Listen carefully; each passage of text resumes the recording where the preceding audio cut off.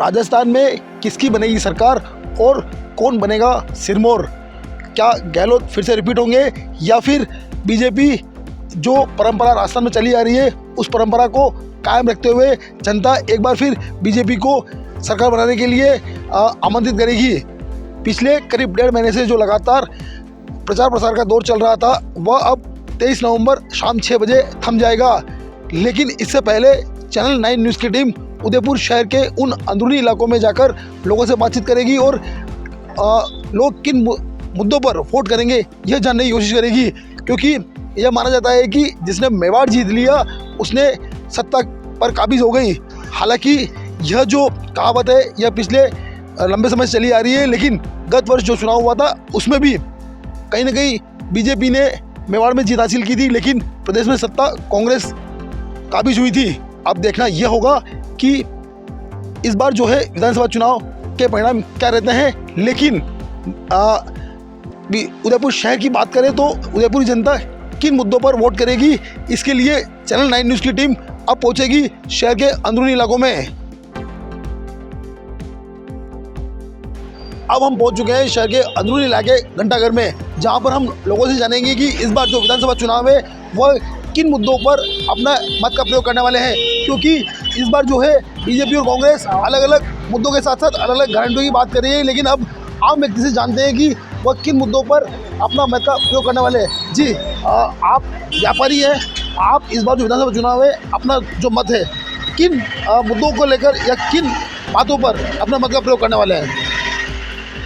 वैसे तो दोनों ही कैंडिडेट नए खड़े हुए हैं यहाँ पे, और एक पढ़ा लिखा और शिक्षित युवा खड़ा हुआ है गौरव वल्लभ के नाम से।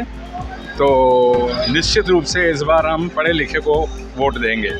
और कांग्रेस ने जो काम किया है, एक तो ओल्ड पेंशन स्कीम चालू की है जो कि बुज़ुर्ग लोगों के लिए बहुत ही अच्छी चीज़ है, क्योंकि जब वो रिटायर होते हैं उनका पैसा आता है, वो पैसा सारा खर्च हो जाता है उनका बच्चों में, शादियों में, उसमें, और उनका बुढ़ापा बहुत ख़राब हो जाता है। तो बुढ़ापे में उनको पैसे की जो जब ज़रूरत पड़ती है तो पैसा मिलता नहीं है उनको। तो एक ये पेंशन स्कीम है ना, बहुत ही अच्छी स्कीम है। प्लस चिरंजीवी योजना जो चल रही है वो भी एक बहुत बढ़िया है, क्योंकि आम आदमी का इलाज फ्री में हो जाता है। तो निश्चित तौर पे ये दोनों चीज़ें बहुत ही अच्छी है और हम कांग्रेस के साथ हैं। हम और जो व्यापारी हैं उनसे बात करते हैं कि वो खुद व्यापारी है, पूरे दिन बाजार में रहते हैं, उनका क्या सोचना है, इस बार किन मुद्दों पे आप वोट करने वाले हैं? अशोक गहलोत ने सारी समस्या तो ख़त्म नहीं की है, लेकिन अब सारी समस्या और ख़त्म हो जाएगी, कोई समस्या नहीं रहेगी आने वाले टाइम में, न किसी के पास कोई कहने का। और दूसरी चीज़ है, वोट पढ़े लिखे को देंगे, अनपढ़ को नहीं देंगे, ये बात बिल्कुल स्पष्ट है। और जैसे अपने बच्चों का एडमिशन कराते ना स्कूल में, उसी तरह से ठोक पीट के माँ बाप को 10 स्कूल को देख के किसमें एडमिशन करा हुआ है तो वो सोच के करता है ना, उसी तरह वोट भी सोच के दो, अंधभक्तों की तरह मत दो। विवेक और दिमाग का यूज करे, ये वोटर को अधिकार है। बस, थैंक यू। बिल्कुल आपने वोटर के अधिकार की बात कही, बिल्कुल ये बात सत्य है कि कहीं ना कहीं जो मतदाता है अगर अपने मत का प्रयोग करने से पहले सोचे कि भाई वो जिसे मत दे रहा है उससे कितना फ़ायदा होने वाला है, अपने शहर का विकास कैसे होगा या राजस्थान में विकास कैसे होगा, उसकी क्या भूमिका रहने वाली है। इसलिए कहीं ना कहीं लोगों का मानना है कि अपने मत का प्रयोग सोच समझ कर करें। जो अन्य व्यापारी हमारे साथ मौजूद है उनसे भी बात करते हैं कि आप खुद युवा हैं और क्या सोचते हैं कि इस बार उदयपुर शहर की जनता किसे चुनेगी और किन मुद्दों पर वोट करेगी?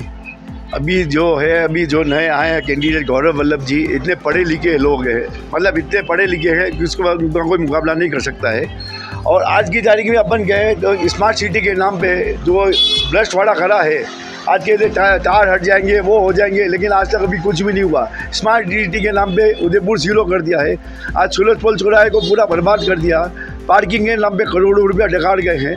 आज तक कोई मुद्दा उठा नहीं सका है, उनके खिलाफ कोई बोलने वाला नहीं है। बोलता है तो उसको चुप कर देते हैं, कुछ ना कुछ कार्रवाई ऐसी कर देते हैं, सामने वाला कुछ बोल नहीं सकता है। मेरा यही निवेदन है लोगों को, एक अच्छे कैंडिडेट को, पढ़े लिखे कैंडिडेट को अपने बीच में लावे और उदयपुर को वापस हिंदुस्तान में, वर्ल्ड में नंबर 1 सिटी वापस बनावे।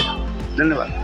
बिल्कुल, कहीं ना कहीं एक बात सामने आ रही है कि अगर पढ़ा लिखा जो कैंडिडेट आया है उदयपुर में, अगर उसे अपना मत का प्रयोग करेंगे और उसे जिताएंगे तो कहीं ना कहीं फ़ायदा होगा, क्योंकि उसका जो विज़न है वो विज़न विकास की ओर है। उन्होंने अपने विज़न को भी स्पष्ट किया है। कुछ व्यापारी और भी मौजूद हैं, उनसे भी बात करते हैं कि क्या सोचना आपका, आप अपने मत का प्रयोग किन मुद्दों को लेकर करेंगे, क्या सोचना आपका इस बारे में? मैं तो ये कहना चाहता हूँ कि ये जो स्मार्ट सिटी का जो काम करवाया है वो सारा घटिया करवाया है, और लोगों को आए दिन एक्सीडेंट वगैरह होते हैं रोडों से, तो इससे ये निजात दिलाई जाए, क्योंकि ये रोडें बनी है, इससे तो आप आए दिन एक्सीडेंट हमारे सामने ही हो रहे हैं सारा। तो हम तो ये चाहते हैं कि ये जो चीज़ें बनी हैं, ये जो चीज़ें इन्होंने की हैं, इनको तुरंत प्रभाव से नया करवाया जाए। बिल्कुल, कहीं ना कहीं उदयपुर शहर का जो स्मार्ट सिटी का जो वर्क है वह लोगों के लिए खटक रहा है, क्योंकि ख़ास बात यह है कि लोगों का साफ कहना है कि जो स्मार्ट सिटी का जो काम हुआ वह बहुत घटिया हुआ, जिसकी वजह से लगातार लोगों को परेशानी हो रही है। कई जगह हादसे भी हुए हैं। घंटाघर में अभी हम जिन व्यापारियों से बात की, उसके बाद कुछ व्यापारी हमारे साथ और मौजूद हैं, उनसे भी बात करते हैं कि उनका क्या सोचना है इस बार जो विधानसभा चुनाव होने वाले हैं। हम आपसे जानना चाहेंगे कि विधानसभा चुनाव है इस बार 2023, 2 दिन बाद अपने मत का प्रयोग करेंगे आप, किन मुद्दों को लेकर मत का प्रयोग करेंगे, क्या सोचना आपका? एक तो रिजर्वेशन नहीं होना चाहिए। जो रिजर्वेशन अगर होता है तो नेता लोगों का उन्हीं से इलाज कराना चाहिए जो रिजर्वेशन वाले डॉक्टर हैं। बस यही मेरा मेन मुद्दा है। बात आपने कही रिजर्वेशन नहीं होना चाहिए, लेकिन कहीं ना कहीं चाहे बीजेपी हो, चाहे कांग्रेस हो, चाहे कोई पार्टी हो, सभी रिजर्वेशन के पक्ष में होते हैं। तो क्या मानना है कि रिजर्वेशन नहीं होगा तो कितना फ़ायदा होगा? 100% फ़ायदा होगा, प्योर मिलेगा अपने को। आप शहर के अंदरूनी इलाके में रहते हैं, आपका क्या सोचना है और किन मुद्दों पर आप इस बार वोट करने वाले हैं? जय श्री राम है समस्त जनता को मेरा, और मैं ये कहना चाहता हूँ चुनाव हो रहा है तो बढ़िया बात है, होना चाहिए, लेकिन उसके लिए जनता से अपील है कम से कम सफाई, शहर की स्मार्ट व्यवस्था और ये तारों की जो व्यवस्था है उनकी तरफ ध्यान कम देवे और बीजेपी की तरफ ध्यान ज़्यादा देवे और कमल के फूल के ऊपर अपना निशान लगावे। उसके लिए मैं आप सबको एक बार फिर विनती करता हूँ और धन्यवाद करता हूँ। ऐसा क्यों कह रहे हैं आप, क्या मानना आपका? मानना ये है कि अगर जैसे कमल के ऊपर छाप लगेगी तो बीजेपी की पार्टी आएगी, और बीजेपी की पार्टी आएगी तो मतलब आप समझ लो देश का विकास होना निश्चित रूप से तय है। वैसे तो लगभग 80% हो गया है, 20% बाकी है जो वो हो जाएगा बीजेपी के आने के बाद। अगर कांग्रेस की गवर्नमेंट आ गई तो समझ लो आप जितना विकास अभी तक किया है बीजेपी ने वो सब विकास खड्डे में घुस जाएगा। ये बड़े बड़े खड्डे यहाँ जो दिख रहे हैं उन्हीं खड्डों में जाके गिर जाएगा वो। उदयपुर में बात करें तो उदयपुर में पिछले 30 सालों से बीजेपी का नगर निगम का बोर्ड रहा है, फिर भी कहीं ना कहीं जो है व्यापारी हो चाहे आम व्यक्ति हो, सभी का एक ही मानना है कि जो काम हुआ स्मार्ट सिटी का उसमें कहीं नहीं खामियाँ हैं। आप कह रहे हैं कि खड्डे में घुस जाएंगे तो इसका क्या मतलब हुआ? बहुत सारे जने घुस गए, रोज यहाँ पे घुसते हैं, कोई वहाँ घुसता है कोई वहाँ घुसता है। और बीजेपी का जैसे बोर्ड है 30 साल से चल रहा है, कोई बात नहीं। 30 साल पहले सिटी बहुत छोटी थी, उसके बाद सिटी बढ़ती गई, लेकिन बोर्ड का विस्तार नहीं हुआ। जिस हिसाब से सिटी का विस्तार हुआ तो थोड़ा काम में कमी पेशी रह जाती है, और रह जाती है तो कोई बात नहीं, कमी पूरी हो जाएगी। इस बार भी अभी बीजेपी का बोर्ड ही बनेगा और गवर्नमेंट भी बीजेपी की बनेगी। बिल्कुल, व्यापारियों का हमने मत सुना। कुछ लोगों का साफ कहना है कि स्मार्ट सिटी का जो काम हुआ उसमें कुछ खामियां थी, लेकिन कुछ लोग ये भी कह रहे हैं कि अगर यहाँ के लोग ये भी चाहते हैं कि बीजेपी को वोट किया जाए। कुल मिलाकर जो है वह मिली जुली प्रतिक्रिया मिली है। इससे हम अब आपको आगे ले चलते हैं और शहर के जो अन्य जो अंदरूनी इलाके हैं वहाँ चलते हैं और उनसे लोगों से जानने की कोशिश करते हैं कि वो लोग किस अपने या किन मुद्दों के ऊपर वोट करने वाले हैं। घंटाघर के बाद अब हम पहुंच चुके हैं उदयपुर शहर के अश्वनी बाज़ार में। यह वह बाज़ार है जहां पर सभी तरह की यहाँ पे शॉप आपको मिल जाएगी। अब यहाँ के व्यापारी क्या सोचते हैं और व्यापारी किस मुद्दों पर अपने मत का प्रयोग करने वाले हैं, व्यापारियों से बात करेंगे। मैं अपने सहयोगी से कहूँगा कि वह मेरे साथ चले और अब व्यापारी दुकान में मौजूद है, हम इनसे बात करने की कोशिश करेंगे कि इस बार जो विधानसभा चुनाव है, आप विधानसभा चुनाव में अपने मत का प्रयोग करने वाले हैं, किन मुद्दों को लेकर आप अपने मत का प्रयोग करेंगे, क्या सोचना आपका? हमारा तो शहर के फ़ायदे के लिए कोई काम होना चाहिए, चाहे वो शहर का पानी हो, यहाँ के पावर प्रॉब्लम है, ट्रांसपोर्टेशन प्रॉब्लम है, ट्रैफिक जाम की जो प्रॉब्लम है, टूरिस्ट सिटी का एडवांटेज क्या, हमारे लिए तो डिसएडवांटेजेस ज़्यादा है। जो कैंडिडेट कह रहे हैं कि यहाँ पे जब टूरिज़्म को डेवलप करेंगे, लेकिन जो लोकल लोग हैं उनको कितनी तकलीफ है वो हम जानते हैं। जहाँ 10 मिनट का रास्ता था वहाँ आज 2 घंटे और 1.5 घंटा लग रहा है। अभी भी मैं आधा घंटा चेटक पे फंस के आया हूँ, रैलियाँ निकल रही थी, यह हालत है। बिल्कुल, आप खुद व्यापारी है, अभी आपने अपनी समस्या बताई कि भाई ये जो समस्या है उनका निस्तारण नहीं हो रहा, तो क्या सोचना है कि इनका निस्तारण कैसे होगा?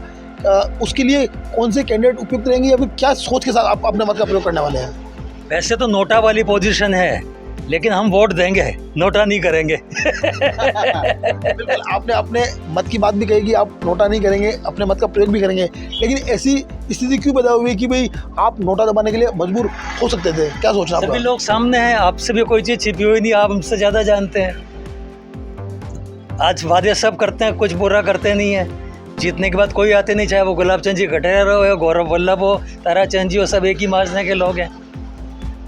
बिल्कुल, हमारे साथ कुछ और व्यापारी मौजूद हैं, इनसे बात करते हैं कि आप पिछले लंबे समय से इस अश्विनी बाजार में व्यापार कर रहे हैं, लेकिन जिस तरह की स्थिति शहर की बनी हुई है, आप किन मुद्दों को सोच के या किन मुद्दों के साथ इस बार अपने मत का प्रयोग करने वाले हैं? क्या कहना आपका? ऐसा है, शहर के मुद्दे तो बहुत हैं, मगर जो मेन मुद्दे पे जो काम होना चाहिए वो नहीं हो रहा है। कई नेता आ गए हैं और कोई और आएंगे, काम होगा नहीं। हमें तो अपना काम करना है, वोट देना है एक पार्टी के हिसाब से। जो मैं हिंदू हूँ तो हिंदुत्व के हिसाब से देना है, जो अपने अपने हिसाब से देगा क्या, वो मेरा काम मेरा करना है, आगे का काम उनको करना है। अब ये उनको सोचना है काम क्या करना है उदयपुर के अंदर और राजस्थान में और भारत में। क्या विकास की बात करें तो क्या विकास के मुद्दे पर आप वोट देंगे तो क्या कौन कौन सा विकास हुआ, कौन कौन सा विकास उदयपुर में बाकी है? देखो, नरेंद्र मोदी की सरकार है, तो जितना विकास हुआ है उस पिछले 65 सालों में कोई जो विकास नहीं हुआ है वो नरेंद्र मोदी सरकार में हुआ है। और तो शुक्रगुजार हैं नरेंद्र मोदी का। और हम कांग्रेसी होते हुए भी बीजेपी को वोट इसलिए बात का दे रहे हैं कि उन्होंने पूरे हिंदुस्तान में काम किया है और उदयपुर में भी बहुत सारा काम किया है। और लोग सबसे पहले जो नाम लगता है नरेंद्र मोदी, उस नाम से बच्चा बच्चा संतुष्ट है। और हम तो बहुत बड़े हो गए हैं, हम बच्चों की बात माननी पड़ेगी कि वो जितना काम कर रहे हैं। पिछले हमने नहीं सुना आपके मुंह से, जो आज हमारे मुंह से आप सुन रहे हो कि नरेंद्र मोदी ने इतना काम कर दिया है। बिल्कुल, ये तो फ्लाई ओवर्स की जहाँ की प्रॉब्लम, बिल्कुल व्यापारी जो स्थानीय मुद्दों पर बात करना चाहते हैं, यहाँ पर जो फ्लाईओवर बने उन पर बात करना चाहते हैं, क्योंकि ऐसी कई छोटी छोटी समस्या है जिनसे ये लोग रोज़ फेस करते हैं, उनको रोज़ परेशानी का सामना करना पड़ता है। ऐसी कौन सी समस्या है जिनको रोज़ फेस कर रहे हैं और उनसे आपको परेशानी का सामना करना पड़ रहा है? रोज़ की प्रॉब्लम है भाई साहब, 2 से 4 घंटे रोज़ ट्रैफिक में फंसते हैं। हमारे एरिया में कोई फ्लाईओवर्स नहीं है, कब इनकी रिपोर्ट बन जाती है, कब हो जाती है, एग्जीक्यूट आज तक कुछ नहीं होता है। तो सबसे ज़्यादा फ्लाईओवर्स की है दिल्ली गेट, हाथीपोल, चेटक, इस एरिया पे ज़रूरत है जो आज तक नहीं हुआ है। जो फ्लाईओवर बने हैं वो भी क्या आधे अधूरे हैं, मेरे ख्याल में तो लोग यूज़ नहीं करते, वहाँ भी नीचे यूज़ कर रहे हैं। जो पार्किंग हो रही है या बसेस जो निकलती है वहाँ भी ट्रैफिक जाम वाली पोजीशन रहती है। बिल्कुल, कहीं ना कहीं जो है शहर में यातायात की बहुत बड़ी समस्या है, इसलिए लोगों का मानना है कि जो विकास करेगा हम उसके साथ खड़े हैं। हालांकि कहीं ना कहीं भले ही विधानसभा चुनाव हो, लेकिन इन्होंने साफ किया है कि प्रधानमंत्री नरेंद्र मोदी की ओर से जो काम किया गया उसके बाद लोग उनसे उनके कामों से संतुष्ट हैं, इसलिए कहीं ना कहीं जो है लोग मोदी को चेहरे को देखकर वोट कर सकते हैं। लेकिन कहीं ना कहीं जो स्थानीय समस्या है उसको भी परेशान है लोगों का कहना है कि जो स्थानीय समस्या है उसको अभी तक कोई निजात नहीं कर पाया। हमारे साथ कुछ और व्यापारी मौजूद है, आइए इनसे बात करते हैं कि आप इस बार विधानसभा चुनाव की बात करें तो किन मुद्दों को लेकर अपने मत का प्रयोग करने वाले, क्या सोचना आपका? सर, मुद्दा मेन तो यही है कि हमारे उदयपुर शहर में जो अव्यवस्था है, उस अव्यवस्था को व्यवस्थित रूप से शहर को सुचारू करना मेन मुद्दा है। ट्रैफिक जाम, न्यूसेंस और सबसे बड़ी चीज़ असामाजिक तत्वों का बहुत ज़्यादा एक्टिवेट हो जाना। तो और सबसे बड़ी एक समस्या जो आ रही है वो है पार्किंग की व्यवस्था और जो अस्त व्यस्तता फैली हुई है पूरे शहर में। मेन मुद्दा वही रहना है, बाकी विकास कार्यों के मुद्दों पर सबसे बड़ा वोट पड़ेगा। और एक बात जो सबसे महत्वपूर्ण रहेगी कि हमारा शहर टूरिस्ट प्लेस है, उस टूरिस्ट प्लेस को कितना खूबसूरत और कितना मतलब व्यावसायिक दृष्टिकोण से उसको बढ़ावा मिले, इस तरह का कोई काम हो तो हमें बहुत अच्छी होगी, मतलब खुशी होगी। बिल्कुल, जो व्यापारी है उन्होंने स्पष्ट किया है कि स्मार्ट सिटी के साथ साथ जो टूरिस्ट सिटी है उदयपुर, इस टूरिस्ट सिटी में वो काम होना चाहिए जिससे यहाँ पर टूरिस्ट की संख्या बढ़े, व्यवसाय बढ़े, ताकि जो लोग व्यापार कर रहे हैं उनको फ़ायदा हो। साथ ही सबसे बड़ी समस्या सभी व्यक्तियों ने एक ही बात कही है, वो है ट्रैफिक की, क्योंकि उदयपुर शहर में जो ट्रैफिक है वो बेलगाम है। उस ट्रैफिक की वजह से कहीं ना कहीं जो है लोगों को भारी परेशानी होती है और जो खासकर बुजुर्ग है उनको निकलने में और आने जाने में बड़ी परेशानी का सामना करना पड़ता है। हमारे साथ कुछ और भी व्यापारी मौजूद है, आइए इनसे भी बात करते हैं कि जिस तरह से शहर की स्थिति बनी हुई है उन स्थिति को लेकर इनका क्या सोचना आपका।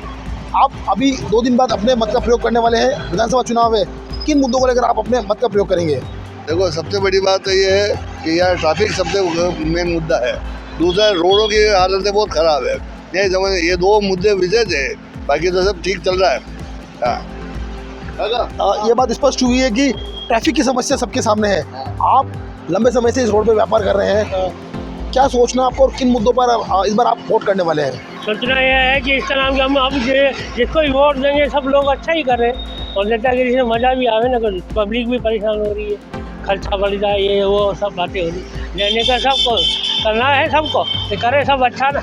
या बिल्कुल, इनका ये स्पष्ट कहना है कि वोट भले हम जिसे भी दें, लेकिन जो व्यक्ति जीत कर आए वह व्यक्ति मतलब आम जन के हित में काम करे और शहर के विकास में बात करे, ताकि जो है शहर का विकास हो, साथ ही जिस विजन के साथ वो काम चल रहा है वो काम पूरा हो सके।